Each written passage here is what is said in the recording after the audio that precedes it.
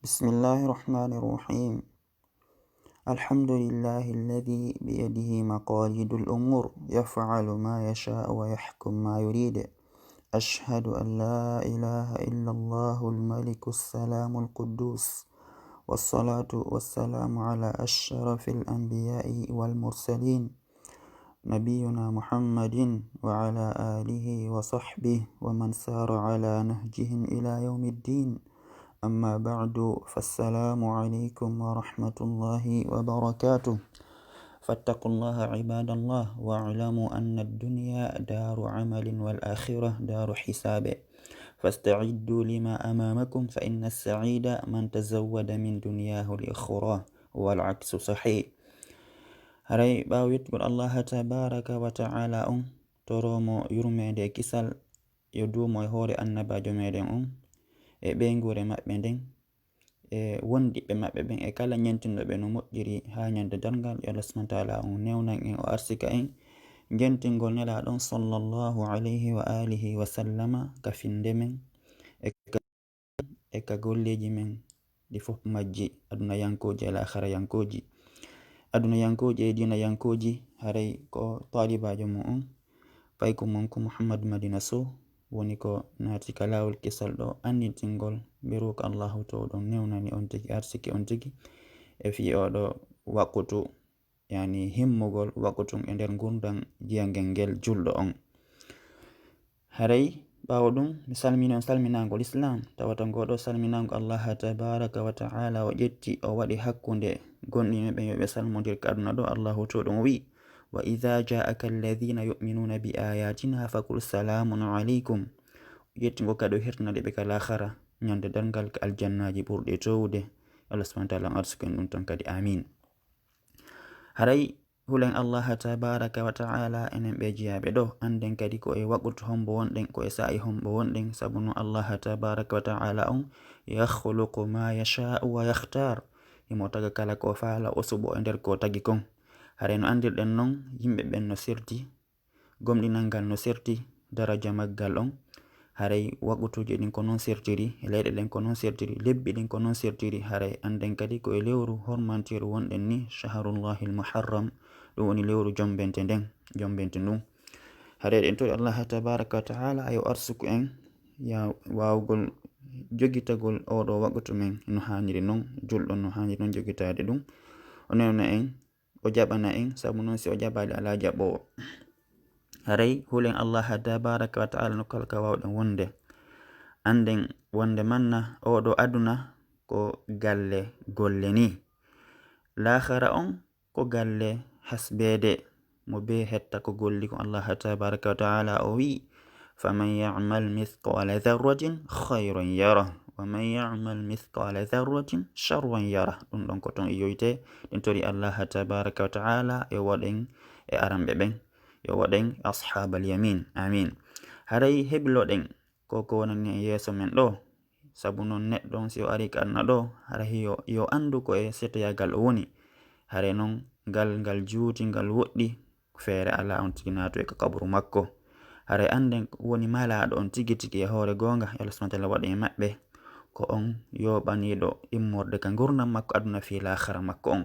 Haray anden non kadi contraire ɗum ɗon on hino hulɓini kon woni malkisaɗo. Allah subhanahu wa ta'ala dandu en ɗum ko on yoɓaniɗo fi lahara makko, yani o ƴetti ko do'a kon gollitirde lahara o golliri ɗum aduna ɗo.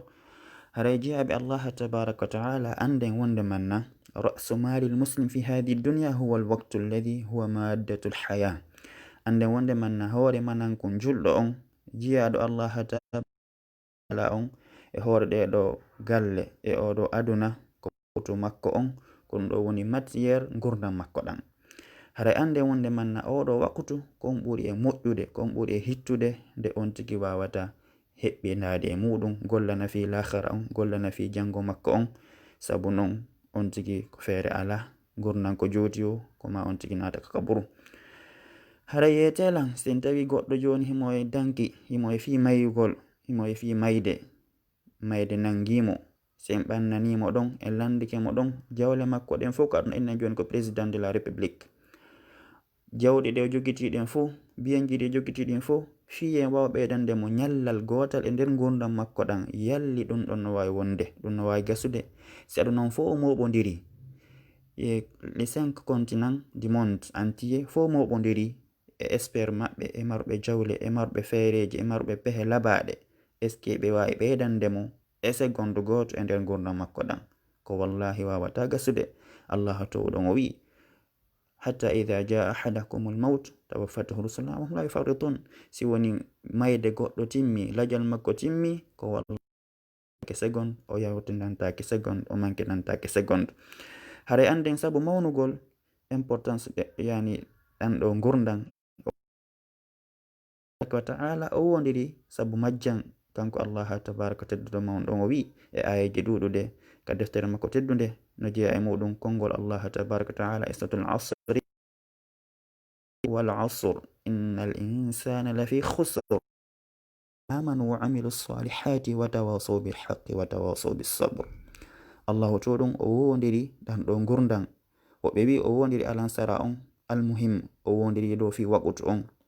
haray pellet neɗɗanke on himo e nder hayrere himo e nder perdi himo e nder majjere. Allahu to ɗum o ittintini groupaji 4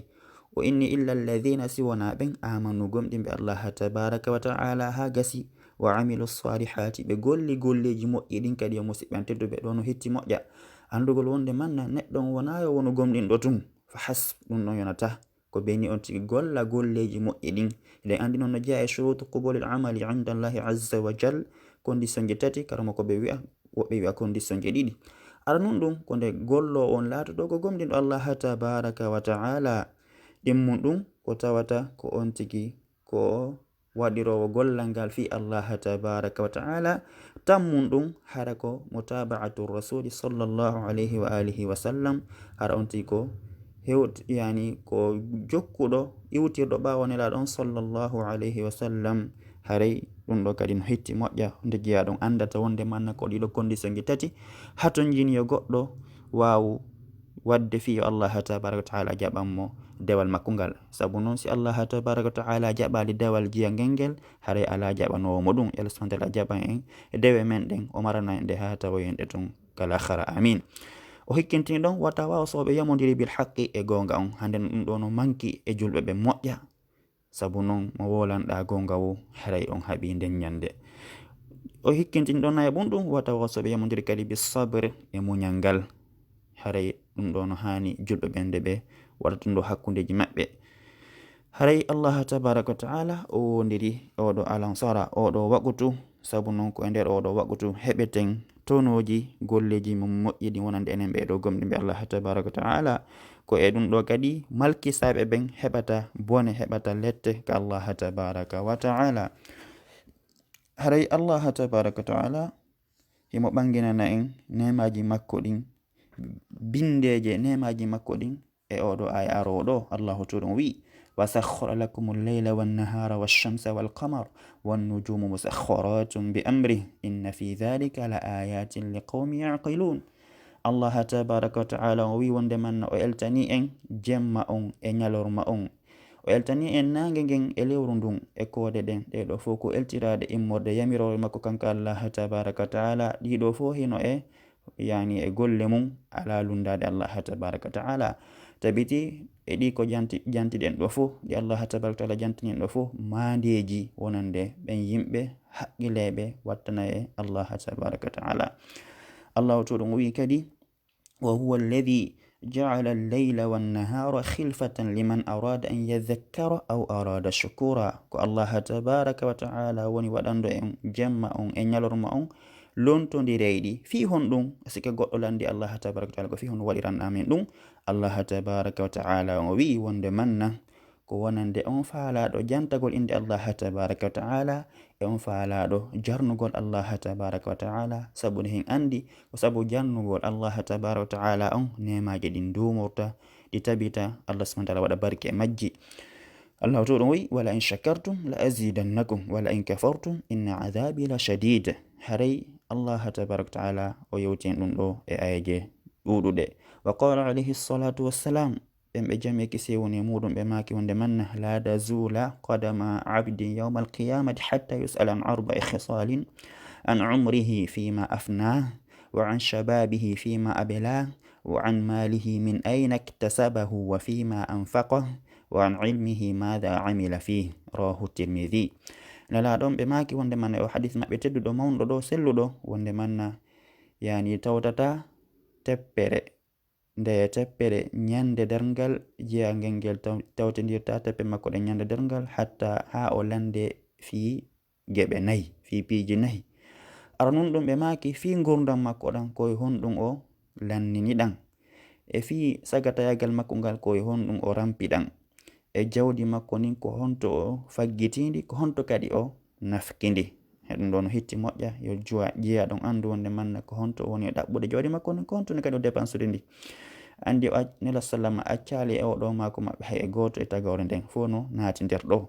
ɓe maaki kadi ka timmode hadith e gandal jangel ngel ko o jangi kon ko no golliri ɗum. hara enen wonɓe ɓen talibaɓe ɓen e karamokoɓe men ɓen enen ɗo fo hiɗen naate ngol ɗo konngol yo Allah subhanahu wa ta'ala on arsuku en o newnana en ko anduɗen kon o arsika en gollitirgol ɗum. hande mi yewtay on ko wallahi so tawi woni no adunan o mes makko janguɓe maɓɓe e talibaɓe maɓɓe hino gollitirde ɗum ɗo huula Allah tabaraka ta'ala goltira ber ko andi kon ko wallahi nani fewdorno ɗen. sen dari zaman sahabaɓe ɓen e nelaɗon sallallahu alayhi wa alihi wa sallam kamɓe wona non ɓe gerdayno. si woni goɗɗo e maɓɓe jangino ayeji 10 e nder alqur'ana on o sellini hunjagol ɗe o andi firo majje o andi kono Allah tabaraka ta'ala faala e majje ɓe gollitirenoɗe si ɓe tawtina goɗɗe goɗon. ko ɗum waɗi haray si goɗɗo e maɓɓe hunji qissatul bakara haray hay so tawi woni ko paykon ka duuɓi haray oɗo wonimo ko bajo hakkundeji maɓɓe kamɓe sahaba ɓen haray ɓe joporomo yani konngudi maɓɓe ɗin e sappanɗe maɓɓe ɗen wonde man oɗo ko moko bako tedduɗo sabu no himo andi ñawoje ɗuɗuɗe nder dina Allah tabaraka ta'ala kan hara kadi himo gollitirde. haray ɗum ɗo no hani no hitti moƴƴa enen ɓeɗo talibaɓe gandal karamokoɓe men ɓe wallito en eto ɗen wawen gollitirde ko anduɗen kon ko wallahi sen waɗi ɗum ɗo haray en malay aduna e lahara e rasulullahi malnen ka aduna ɗo o malnen kadi ka lahara. ko ɗum waɗi kadi ibnu abbas radiyallahu anhuma ɓe maki قال رسول الله صلى الله عليه وسلم نعمتان مغبون فيهما كثير من الناس الصحة والفراغ رواه البخاري. wonde man sallam e maki nemaji ɗiɗi jama on hewɓe no janforaɗin immorde yimɓe ɓen ko nduni ɗin nemaji ɗiɗi ko cellal ngal e hettare nden. musidɓe an tedduɓe heewi duuɗuɗi joni telen duuɓi nogay maɗum 15 wona lagine ɗo de fottude a jiya ɗo musidɗo ma o landiɗamo nala ton hiɗon e jam no marsude o wiya wonde manna ala e marsude ɗum no hulɓini moƴƴa ala e marsude en darni cuuɗi en darni kuɓeji en darni étage ji ala e marsude en resi sonnaɓe en jiidike en heeɓi fayɓe hunjiɓe alqur'an ala e marsude hiɗen yawde Chine ɗen yawde Hong Kong hiɗen yawde Dubai hiɗen yawde ɗo e ɗo addugol marchandise ala e marsude en yehi en hajjoyi ɗum ɗo fu ala e marsude ko hande tuma marsata ko tuma on tigi nawni waali ko tuma on tigi joga kaso makko ton woni ko marsata haray ɗum ɗo e jama itɗum ɗo ka garaji maɓɓe yoɓe accu innugol ala e marsude. si on tigi no selli no sellira on tigi no hetti haray ko wallahi mo e nder nema mawnuɗo tiiɗuɗo. Allah subhanahu wa ta'ala tabintina en nema men on amin. ibadallah kono e jaabi Allah tabaraka ta'ala mi wasike hoore mi wasike on si en daari hande alhaali ɗuuɗuɓe yimɓe men ɓen e aduna on e julɓe ɓen wondude waɓɓutu maɓɓe on tigi taway ton ko hawni a sikkay en tagiraka si wona fi ñaamugol yara. allahu akbar. hande si en daari no aduna on no julɓe go fewndori enata julɓe ɓen fo kono si en daari hande 80% e nder julɓe ɓen ko ñaama yara fija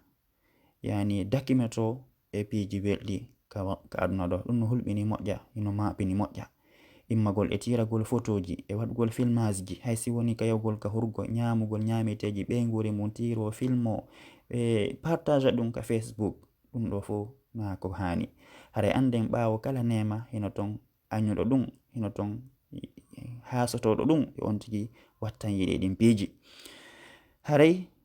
en sikkay en tagiraka si wona fi darnugol étage ji darnugol galleji ɓurodira e ɗum ɗo ko ɗum ɗo woni hande alhaali ko ɗuuɗi e julɓe ɓen haɗa si tawi en woniri ni en wuuriri ni e hoore ndi ɗo leydi ha en maayi en tawi Allah tabaraka taala haɗa anden wonde manna enen e mummunteji ɗin e heferaɓe ɓen en sertali hay e fus e ko tagira ɗen kon. haray sabu noon mummunteji ɗin e heferɓe ɓen kamɓe ko woni hime maɓɓe e nder gurdam maɓɓe ɗan ko ñamugol yara dakkimitoro peeji harmuɗi e dagiɗi ka hoore leydi ɗo. Allah tabaraka taala noon o dottani en o waɗani en dottande e nder aya tedduɗo o wi wonde manna afa hasibtum annama khalaqnakum abathan wa annakum ilayna la turjaun. Allahu akbar. jamanu han taskade oɗo aya mawnuɗo tedduɗo ko Allah tabaraka taala landi en o fedni landal ngal e meɗen ene on sikkude on tagiraka aɗa ɗon ka holli ɗo si wona fijugol wonugol sama kalare ene on sikku kadi on felluto wonde manna wona ka Allah tabaraka taala ruttata ɗon si on feƴƴini ko wallahi ko ton ruttata ɗen ko wallahi en tagiraka fi sama kala. Allah tabaraka taala yoti ɗum ka aya laaɓuɗo ka suratu dhariyati aya 55 bon o wi wonde manna wama khalaqtul jinna wal insa illa liyabudun ko bellet mi tagirali jinnaji ɗin e yimɓe ɓen si wona fiyoɓe dow Allah tabaraka taala tun haɗa ɓe kafidali mo e goɗɗo go e goɗɗum go. Allahu akbar. ɗum no hawni moƴƴa e musidɓe tedduɓe ko ɗum waɗi الإمام النووي رحمه الله تعالى رحمة واسعة ورحم جميع مشايخ أهل السنة والجماعة ودو كرمكو جتددو وماكي وندمنا وهذا تصريح بأنهم خلقوا للعبادة فحق عليهم الاعتناء بما خلقوا له والإعراض عن حظوظ الدنيا بالزهادة فإنها دار نفاد لا محل إخلاد ومركب عبور لا منزل حبور ومشرع انفصام لا موطن دوام. rahimahullahu ta'ala oɗo karam ko tedduɗo mawki gol ɗo kongol makko teddugol wonde manna ɗum ɗo ko laɓɓinande immorde ko Allah tabaraka wa ta'ala wonande enen jiyaɓe ɓen wonde manna en tagiraka si wona firugol Allah tabaraka wa ta'ala kanko tun haray no jojji e dow meɗen nde toppitotoɗen ko fi ko tagiraɗen kon tertoɗen ken tagiraka kon fi muɗum ɗurnoɗen e piiji aduna ruɗoɗen fes tertoɗen weli foti aduna mapumde men nden yo wonu ene ko honno mi woni wuridde koko Allah tabaraka taala yiɗi yalli kon konno mi tawiroyta Allah tabaraka wa taala ko ɗum ɗo hani ko mabinta culɗo on hande haray ande wonde manna oɗo aduna ko galle gasayɗe joni lanneɗe joni wona galle heddotoɗe ko baɗɗateri fino wawen yani lumbirde tawen Allah tabaraka taala fiyen natuko aljannaji ɓurɗe towde ande wonde manna aduna oɗo ko chantier setoteɗo joni ni wona chantier dumotoɗo heddotoɗo kono hande sen daari alhaali ko ɓuri ɗuɗude kon jama on hande hiɓe sikkude ɓe wuuri ɓe mayata ɗum ɗolle ko fenade noon wallahi nusallam ɓe makanen kadi hadis ɓe teddude wonde manna hande ɗo sen daari ko ɓuri ɗuɗude kon e sagataɓe ɓen Allah tabaraka taala fontane ɓe arsikeji no yañani ɓe feere nde moƴƴi kono ko wallahi so yewtidi e woɓɓe musidɗo an darno juulirde musidɗo an darnu yani waɗu waqf waɗan waqf lillahi ta'ala musidɗo an yahu hajjoya musidɗo an waɗu ɗum ɗo e moƴƴereji ɗi Allah tabaraka taala uɗitani ɓe e on ɗon sa'i ɓenne wonde manna fewndaki taw e acce taw l'insan gurnan neɗɗan ken huwa mawsimu zar'i fi hadihi lhayati dunia anden gurnan neɗɗo on ko ɗum woni remru makko ndun ko ɗum dabbude nde o remata nden e nder ɗon gurnan makko anden soñugol ngol ko ñande darngal wonoyta fala yuhsin bil muslim an yudayi awqatahu yunfiqu ra'sa malahu fima la fa'idata fi haray hanana moƴƴana julɗo on fes woni nde o yebata ɗan ɗo gurdam makko oɗo waktu makko o yeba manankum makko on hoore manankum makko on e konko tawata nafa ala e muɗum haray kala yedduɗo kala wejjutuɗo yani importance ɗan ɗo oɗo waktu makko ɗan ɗo gurdam makko ore ñande darngal haray himo ninsi tawata no ninsi nafatande ñande haray anden wonde manna neɗɗo on hino hani taskade ɗan ɗo gurdam makko o wattana yili e muɗum moƴƴa wonde manna ɗan ɗo gurdam hino ewa jawdi kilahuma yajibu alhirsu alayhi wal iktisadu fi infaqihi wa tadbiri amrih haray no hani neɗɗo on ɗan ɗo gurdam makko e ɗiɗo jawdi makko no reɗɗi non e moɓugol ndi jawdi tawata dépensatande e ko tawata nafatamo kanko e wi'i makko haray no hani non kadi oɗo waktu makko nde o jogitoto ɗum moƴƴa o anda wonde manna ko pellet o wori seeɗa o maaya e booma haray ko ɗum ɗo hanani jiyanɗo on nde o taskoto ɗum ɗo moƴƴa o anda wonde manna ɗeɗo galle la aduna ko galle hodo ni wonde man on tigi heddotako ka pellet ɗum haray yo on tigi jogito tan ɗo oɗo waktu makko hiɗen andi nini ko e wagutu mawnuɗo tedduɗo woni shahrullahi almuharram tawata noon hiɗen andi e nduɗo lewru kadi hino ton fedde wi'itinde wonde manna ko gomɗinde ko julɓe woni shi'atu rafida la'anatullahi alayhim aw hadahumullah haray hiɗen andi ko e nder ɗeɗo balɗe woni ko ɓe waɗata ko piitagol barmintino haray anden wonde manna ashura ñande 10 donkin wona juldere kadi fes julɓe ɓen ko juldeje ɗiɗi ko woni idul fitri wa idul adha misalama ma kani en ɗum sikkoto ɗon ko ñande juma haray julɓe ɓen ko mari e juldeje maɓɓe ɗen fof ko juldeje ɗiɗi ko ɗum woni julde sumaye e julde donkin konite kon julde jom ɓen ɗum ɗo tabitali e sunna jolali e konngol goto e karamukoɓe feƴƴuɓe yawtuɓe ɓen e moƴƴuɓe fewniɓe ɓen haray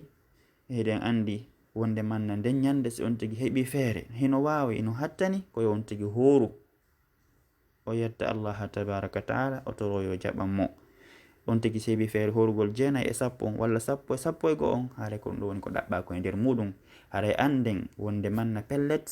ashura wona piitagol soppito barmintino wona ñalande suno ko ñalande rewgol Allah tabaraka wa taala on tigi horana Allah tabaraka wa taala torono hoore mum e musidɓe mum ɓen polgal e ɓuttu e jam kala ka ɓe wawi wonirde toro Allah tabaraka wa taala o jarrabuye mo aduna o fof jarribora ha surtout julɓe ɓen jarribora fermugol julirɗe maɓɓe ɗen uddita marché ji ɗin uddita barji kafe ɗin barji ɗin fof e renioji ɗin fof waɗe moɓodiri ɗen fof waɗe si wona ka julirde ɗum ɗo ko jarrabuye mawnuɗo ni tiiɗuɗo tawata noon jarrabuyeji mum ɗin fof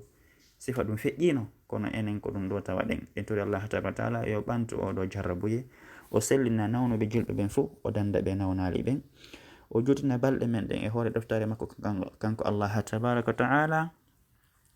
o moƴƴina battaneji men ɗin o fewnanen ɓe guureji men ɗin ɓe guureji julɓe ɓen fof o tabintina ɓe saabu noon fewnugol tabintina ko juuɗe Allah tabaraka wa taala woni hay e goto e jiyaɗo jonnaka ɗum wona annabajo nelaɗo wona malaikajo nelaɗo wona imamujo wona ustadjo wona docteur jo wona ha e goto e tagore Allah tabaraka taala Allah subhanahu wa ta'ala innaka la tahdi man ahbabta walakin Allah yahdi man yasha kombo yewtaɗo ko nelaɗon sallallahu alayhi wa alihi wa sallam haray anden ɗum etoɗen joguetoɗen sababuji ɗin fof fi ɓeɗo fayɓe men no tabitira e kaɗo dina Allah tabaraka taala andinen ɓe sunna on tuɗen ka ɓerɗe maɓɓe kala iɗe ka ɓe on ɗo togo sum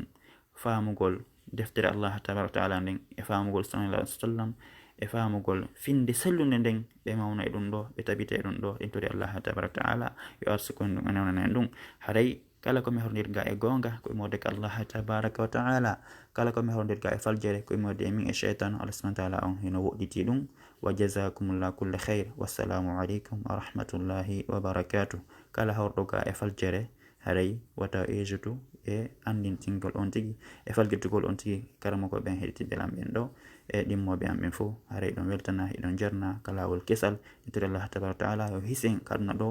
immorde e fitinaji majjineɗi ɗin o hisnen kadi ka lahara o naadaen ka aljannaji makko ɓurɗi e towde wa jazakumullahu khairan wassalamu aleykum wa rahmatullahi wa barakatuh